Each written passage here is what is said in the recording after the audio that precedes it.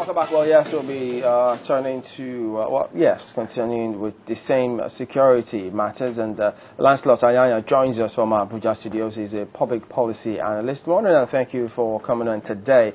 But looking at some of the security challenges which are currently facing the Baga incident, the most recent case in point, what are your perspectives on this one, especially now that we're considering this amnesty for the religious sect Boko Haram? How do you see that development affecting anything towards getting peace ultimately?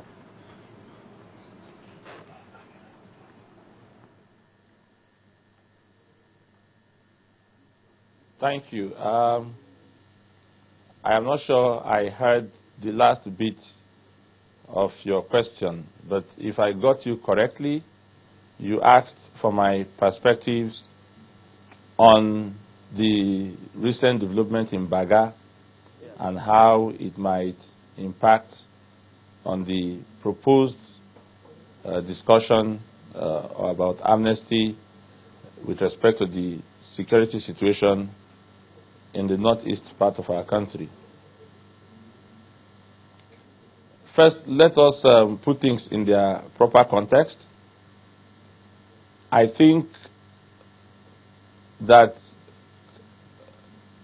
the situation in Baga may have been misunderstood by some of those who even reported it. The crisis in that area has roots in history beyond the advent of the Boko Haram crisis as we know it now. The Nigerian military has been in that region, in that area, for well over a decade now as part of a multinational joint task force between Nigeria, Chad, and Niger to deal with recurring security problems that threaten the security and stability of these countries.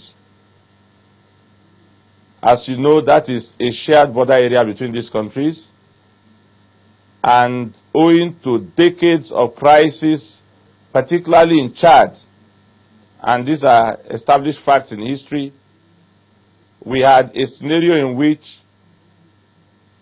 spillover from this crisis, from different factions to the Chadian crisis, negatively affected the security situation in the northeastern flank of Nigeria. Some persons may have forgotten, but it wasn't too long ago that we dealt with the phenomenon of armed banditry coming from that segment of our border and threatening people in Nigeria all the way up to Plateau State and sometimes even close to Abuja. Now, over the years, that has been brought under control.